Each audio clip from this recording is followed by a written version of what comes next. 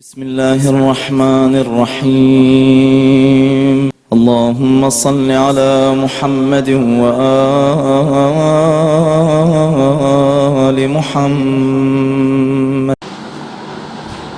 اعوذ باللہ من الشیطان اللعین الرجیم. بسم اللہ الرحمن الرحیم. الحمد للہ ذی المن والاحسان وذی العز والسلطان الذي خلق الانسان وعلمه البيان والحمد لله الذي نور قلوبنا بولاية محمد وآل محمد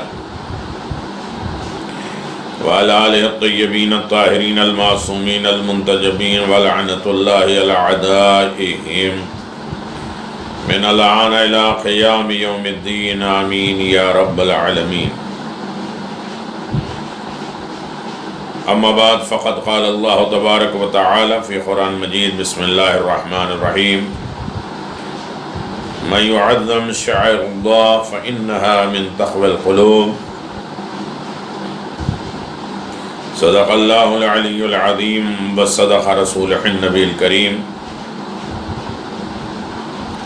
سامعین کرام، ناظرین محترم، جنت البقیع نہ رکنے والے آنسوؤں کا یہ سلسلہ اپنے 8ویں مرحلے میں داخل ہو رہا ہے.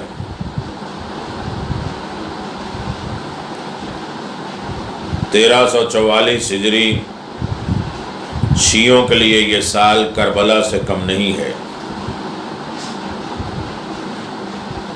ایک شیعہ جب بھی جہاں بھی اس سال کے متعلق سنتا ہے تو تڑپ جاتا ہے، بلکہ شیعوں کے علاوہ انسانیت کے دل بھی دہل جاتے ہیں. ہر منصف مزاج، عدل مزاج انسان غمگین اور محزون ہو جاتا ہے. 1344 ہجری تاریخ کا وہ غمگین سال ہے جس میں وہابیوں نے اپنے خون کی نجاست کا ثبوت دیتے ہوئے تاریخ اسلام کے مشہور قبرستان جنت البقیع میں جناب فاطمہ زہرا سلام اللہ علیہا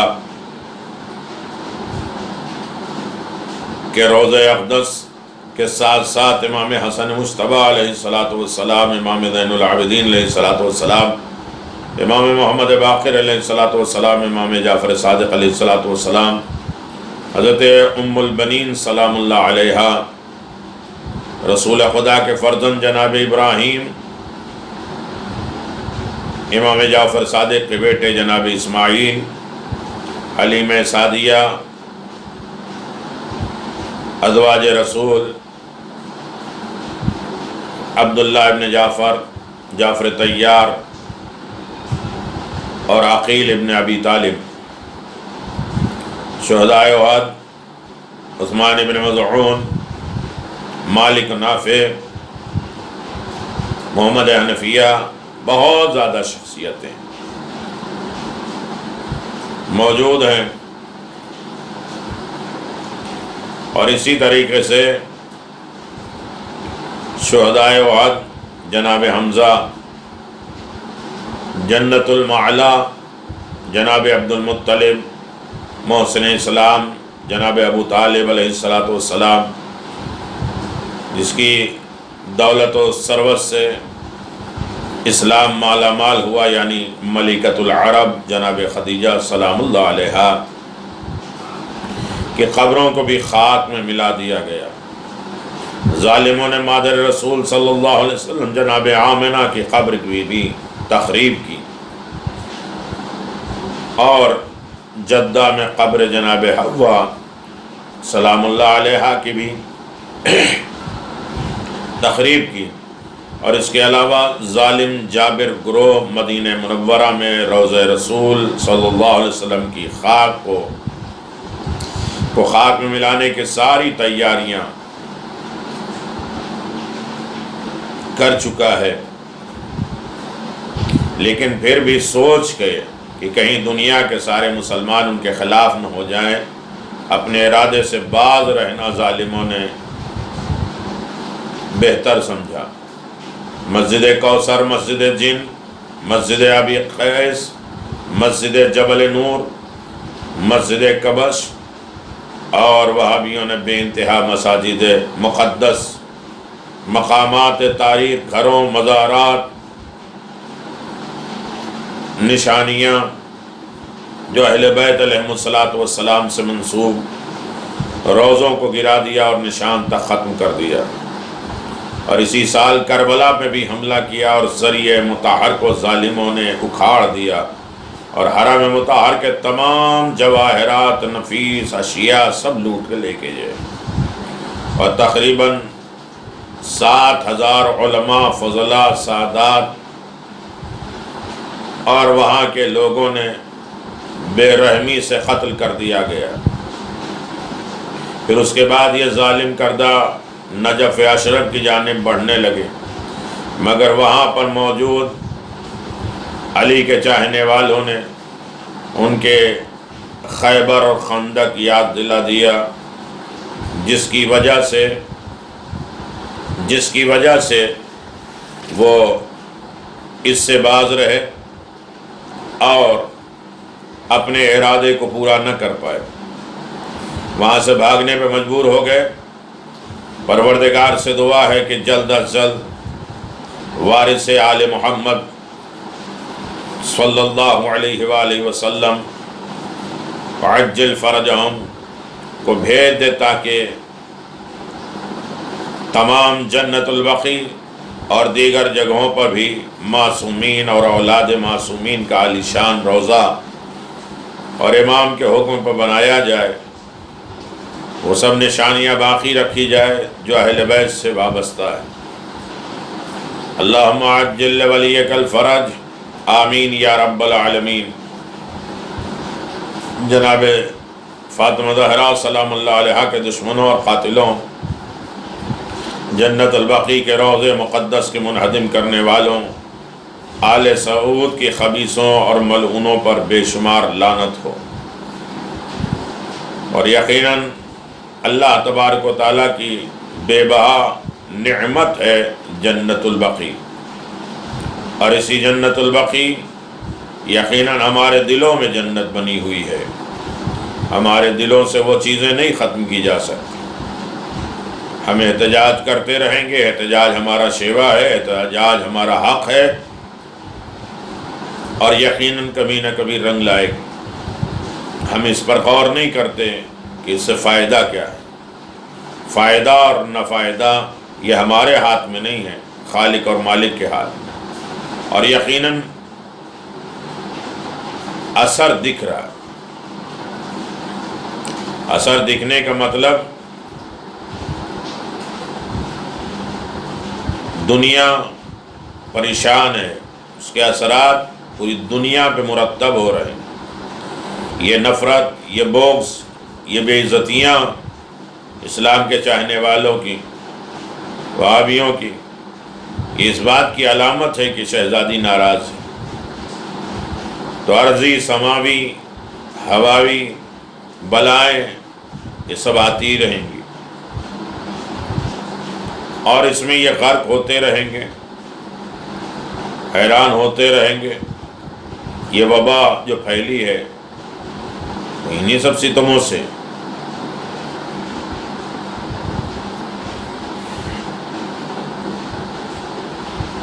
جنت البقیع کی مسماری ایک بڑی مصیبت ہے۔ یہ بھی ایک تلخ حقیقت ہے کہ مسلمان معاشروں اور امت اسلامیہ کے اندر ایسے لوگ پیدا ہو گئے ہیں جو اپنے بلید، قیامت پسند، پسماندہ خرافات، افکار سے صدر اسلام کی نورانی تشخص، بزرگان اور بزرگان شخصیت کی عظمت بیان کرنے کو شرک اور کفر سمجھتے ہیں۔ در حقیقت یہ بڑی مصیبت ہے۔ یہ وہی لوگ ہیں جن کے آباء و اجداد نے جنت البقیع میں موجود ائمہ معصومین علیہم السلام کے قبور کو مسمار کیا۔ لہذا ہمارا حق ہے، ہم فریاد بھی کریں گے، استغاثہ بھی کریں گے، اور جو حقدار ہیں ان کے اوپر ہم لعنت اور ملامت بھی کریں گے۔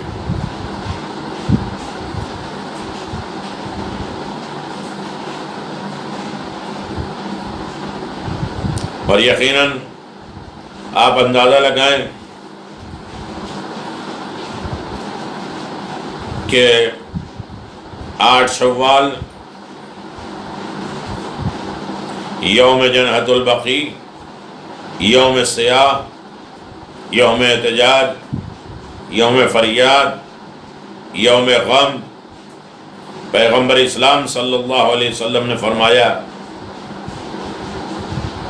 کہ قیامت کے دن 70,000 لوگ ایک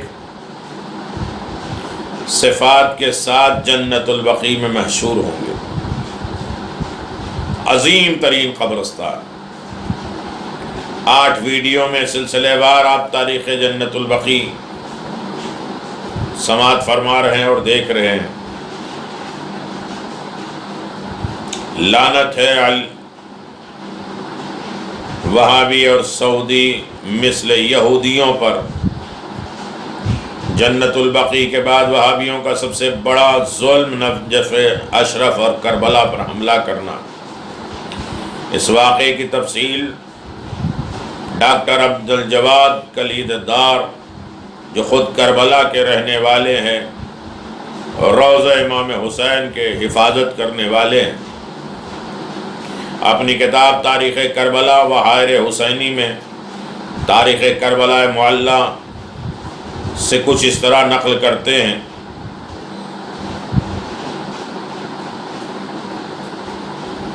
کہ وہابیوں نے امیر المؤمنین علی ابن ابی طالب علیہ السلام کے روضے کو مسمار کرنے کی کوشش کی۔ وہابی امیر سعودی نے اپنے 20,000 جنگجوؤں کے لشکر تیار کیا اور کربلا شہر پر حملہ ور ہوا۔ اس زمانے میں کربلا کے زیادہ شہرت اور عظمت تھی۔ ایرانی، ترکی، عرب کے مختلف ممالک سے زائرین آیا کرتے تھے۔ سعود نے پہلے شہر کو کھڑا گرایا اور اسے لوٹا، اور اس کے بعد شہر میں داخل ہو گئے۔ دفاع کرنے والوں کا قتل عام کیا۔ شہر کے اطراف میں خرمے کی لکڑیوں اور ان کے پیچھے مٹی کے دیوار بنی ہوئی تھی، جس کو انہوں نے توڑ ڈالا۔ وہابی لشکر نے ظلم، بربریت کا ایسا منظر پیش کیا جس کو بیان نہیں کیا جا سکتا۔ یہاں تک کہ کہا یہ جاتا ہے کہ ایک ہی دن میں انہوں نے 20,000 لوگوں کا قتل عام کر دیا۔ اور جب امیر سعود کا جنگی کام ختم ہو گیا تو وہ حرم مطہر کے خزانے کی طرف متوجہ ہوئے۔ یہ خزانہ بہت نفیس اور قیمتی چیزوں سے بھرا ہوا تھا، وہ سب اس نے لوٹ لیا۔ کہا یہ جاتا ہے کہ جب ایک خزانے کے دروازے کو کھولا تو وہاں پر کثیر تعداد میں سکے دکھائی دیے، اور ایک گوہر درخشاں جس میں 20 تلواریں جو سونے سے مزین تھی اور قیمتی پتھر جڑے ہوئے تھے، اسی طرح سونے چاندی کے برتن، فیروزہ، الماس کے گھرانے اور پتھر تھے، اور ان سب کو لوٹ لیا۔ اس طرح 4,000 کشمیری شال، 2,000 سونے کی تلواریں اور بہت سی بندوقیں اور دیگر اسلحوں کے غارت اور قبضے میں کر دیا۔ اس حادثے کے بعد شہر کربلا کے حالات یہ تھے کہ شاعر لوگ اس کے لیے مرثیہ کہتے تھے، اور جو لوگ اپنی جان بچا کر بھاگ نکلے تھے شہر میں لوٹ آئے اور بعض خراب شدہ چیزوں کے ٹھیک کرنے میں مشغول ہو گئے۔ لونگ کریک نے اپنی تاریخ جہاد قرن اور عراق میں لکھا ہے کہ اس واقعے کو دیکھ کر اسلامی ممالک میں ایک خوف اور وحشت پھیل گئی۔ اس مؤلف نے دوسری جگہ پر نقل کیا ہے کہ اسی طرح لکھا ہے کہ وہابیوں نے کربلا سے نزدیک ہونے کی خبر 2 نیسان یعنی جولائی 1081 کو شام کے وقت پہنچی، اور اس وقت کربلا کے لوگوں کی کثیر تعداد زیارت کے لیے عید غدیر کی مناسبت سے نجف اشرف گئی ہوئی تھی۔ جو لوگ شہر میں باقی تھے انہوں نے جلدی سے شہر کے دروازے بند کر دیے۔ وہابیوں کی تعداد 600 پیدل اور 400 سوار تھے، چنانچہ شہر سے باہر آ کر جمع ہو گئے اور اپنے خیمے لگا ڈالے۔ رہنے کھانے پینے کی چیزوں کے 3 حصوں میں تقسیم کیا۔ باب المخیم نامی محلے کی طرف سے دیوار توڑ کر ایک گھر میں داخل ہو گئے اور وہاں سے لوگوں کے دروازے پہ حملہ کیا اور پھر شہر میں داخل ہو گئے۔ شہر کربلا میں وہابیوں کے کامیابی کے وجوہات، وہابیوں نے نجف اشرف پر بھی حملہ کیا اور نجف کو فتح کرنے کے بعد کوششیں کی، لیکن وہ لوگ اپنے اس مقصد میں کامیاب نہ ہو سکے۔ لیکن کربلا شہر میں انہوں نے جو کچھ کرنا چاہا وہ بآسانی کر ڈالا۔ مؤلف کی نظر میں اس کی کچھ وجوہات ہیں جن کو چند چیزوں میں خلاصہ کیا جا سکتا ہے۔ سلیمان پاشا والی بغداد اور عثمان بادشاہ کی طرف سے معین شدہ کربلا کے حاکم عمر آقا نے شہر کی حفاظت کے لیے کوئی خاص کام انجام نہیں دیا، بلکہ کچھ بھی نہ کیا۔ اس وجہ سے سلیمان پاشا نے اس سے معاہدہ کیا اور سر انجام اس کو قتل کر دیا۔ دوسرا، شہر کربلا کی دیوار اور اس کا برج زیادہ مضبوط نہیں تھا، اور اس کے علاوہ اس کی حفاظت کرنے والے کی تعداد بہت کم تھی۔ نمبر 2، سب سے اہم وجہ یہ تھی کہ اکثر مرد اور جوان عید غدیر کی مناسبت سے نجف اشرف زیارت کے لیے گئے ہوئے تھے۔ شہر کے دفاع کرنے والا کوئی نہیں تھا۔ دشمن کے مقابل میں فقط عورتیں بچیں اور بوڑھے باقی رہ گئے تھے جو کچھ نہ کر سکے۔ تیسرا، صاحب مفتاح الکرامہ کے قول کے مطابق جس وقت وہابیوں نے شہر کربلا پر حملہ کیا، بعض شیعہ قبیلوں میں اختلاف پایا جاتا تھا، جیسے قبیلے خزاعل و آل بعید و آل جثعم وغیرہ میں شدید اختلاف تھا، اور آپس میں چھوٹے موٹے واقعات ہوتے رہتے تھے، جس کی بنا پر ان میں وہابیوں سے مقابلہ کرنے کی طاقت نہ رہی۔ ہم دیکھتے ہیں کہ انہی وہابیوں نے جب دوسرے شہروں پہ حملہ کرنا چاہا تو لاکھ کوشش کی، لیکن پھر بھی کسی شہر پہ داخل نہ ہو سکے، کیونکہ وہاں پر سب وجوہات نہیں تھے اور سب نے مقابلہ کیا اور انہیں بھگا دیا۔ وہابیوں کا کربلا پر دوسرا حملہ، وہابیوں نے تقریباً 12 سال تک کربلا اور قریب و جوار کے علاقوں پہ موقع پہ حملہ کیا، لوگوں کے قتل عام کیا، نیز وہاں کے موجود مال اور دولت غرض کے، جن میں سے سب سے پہلا حملہ آپ دیکھیں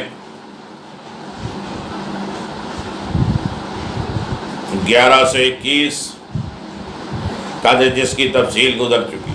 صلاح الدین مختار ان حملوں میں ایک حملے کے بارے میں اس طرح بیان کرتے ہیں کہ ماہ جمادی الاول تھی، امیر سعود ابن عبد العزیز نے دوبارہ اپنے عظیم لشکر کے ساتھ عراق کا رخ کیا، جس میں بہت سے علاقے مثلا نجد، حجاز، احساء، حبوب وادی، دوسرا پیشہ، رینا، طائف اور تمامہ کے افراد شامل تھے۔ وہ سب سے پہلے کربلا پہنچا، اور اس وقت کربلا شہر کے باہر کی دیواریں اور برج مستحکم ہو چکی تھی، کیونکہ کربلا پر ہونے والے حملے نے اہل کربلا کو اپنے دفاع کی خاطر شہر کی دیوار کو مضبوط اور مستحکم بنانے میں مجبور کر دیا۔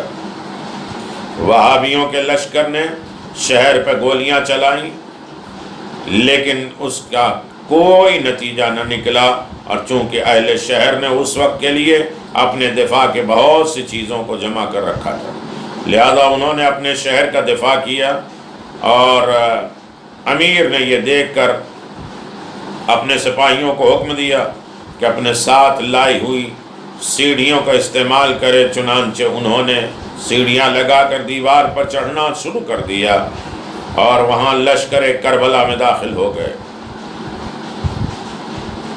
وہ نہیں چاہتے تھے لیکن اس طرح سے اہل کربلا نے دفاع میں لگے ہوئے تھے کہ انہوں نے ان پر حملہ کیا، جس کی وجہ سے وہ لوگ کربلا میں حملے کی فکر چھوڑ کر بھاگ کھڑے ہو۔ ابن بشر گویا صلاح الدین نے اس واقعے کی تفصیل انہوں نے سے نقل کی ہے۔ واقعہ یقیناً خطرناک تھا، تبدیلی سخت سے منع اور کافی اجازت تھی، اور یقیناً ہر طریقے کی قتل و غارت کے لیے وہ ملعون تیار تھے، اور یقیناً کربلا پہ حملہ اور اس کے بعد نجف پہ حملہ، یقیناً آپ دیکھیں اسی طرح بتاتے ہیں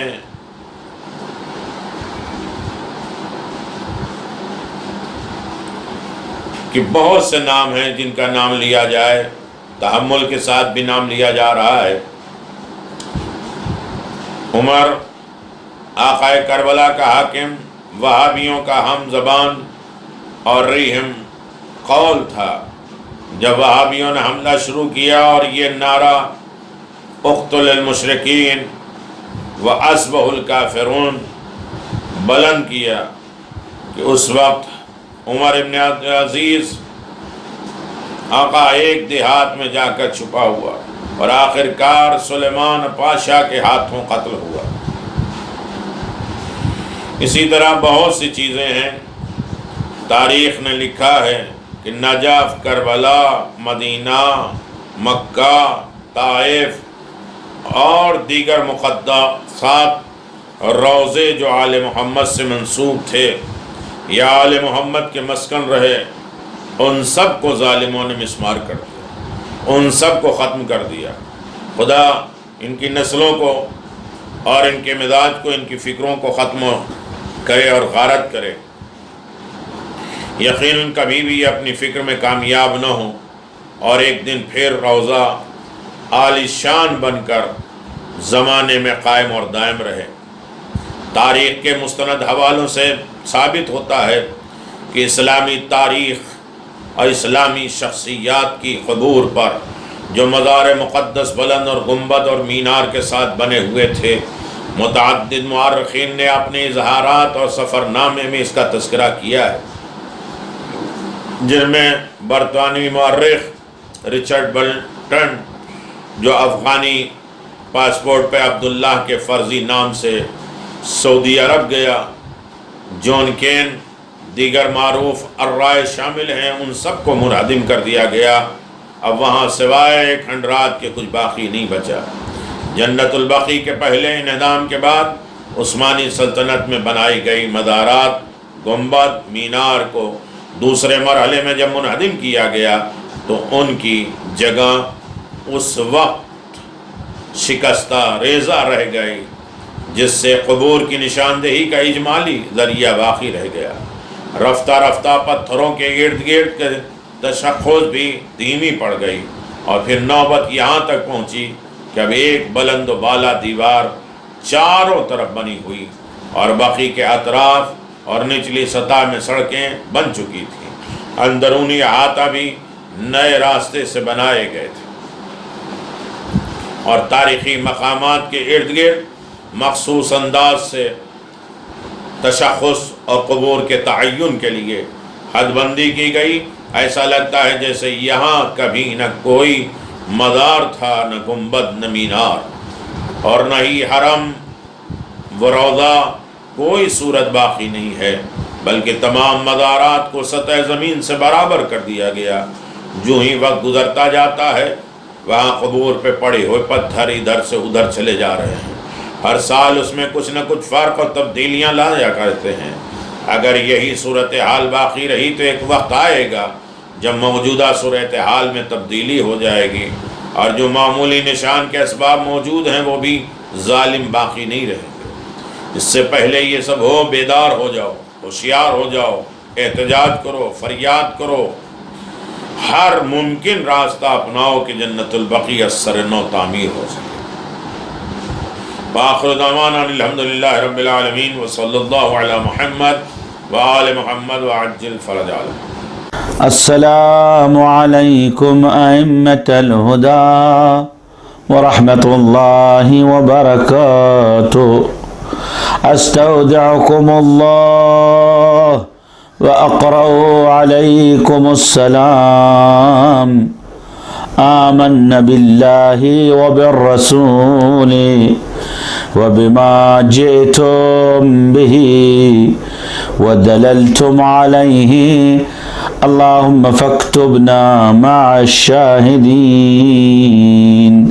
السلام عليكم يا أئمة البقيع الغرقد، السلام عليكم يا أبناء رسول الله،